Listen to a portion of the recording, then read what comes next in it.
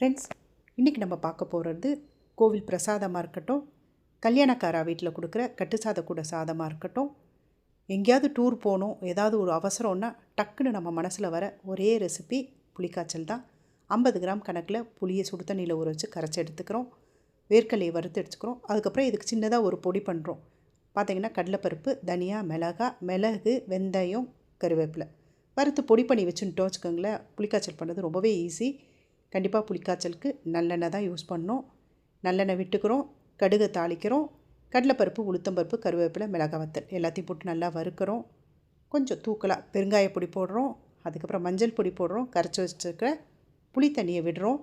தேவையான அளவு உப்பு போட்டு ஒரு 10 நிமிஷம் மீடியம் ஃப்ளேமில் ஒரு மூடி போட்டு வைக்கிறோம். புளியோட பச்சை வாசனை போனதுக்கப்புறம் வறுத்து பொடி பண்ணி வச்சுருக்கிற அந்த பொடியும் வேர்க்கடலையும் போட்டு நல்லா கலர்றோம். எண்ணெய் பிரிஞ்சு வரும், அதுதான் நமக்கு இது கரெக்டானது. திக்காகி எண்ணெய் பிரிஞ்சு வரும்போது புளிக்காய்ச்சல் ரெடி ஆகிடும். நீங்களும் ட்ரை பண்ணி பாருங்கள். கொஞ்சம் கருவேப்பிலையும் தூவி விட்டிங்கன்னா அருமையான புளிக்காய்ச்சல் ரெடி ஆகிடும். லைக் பண்ணி கமெண்ட் பண்ணுங்கள். Bye friends.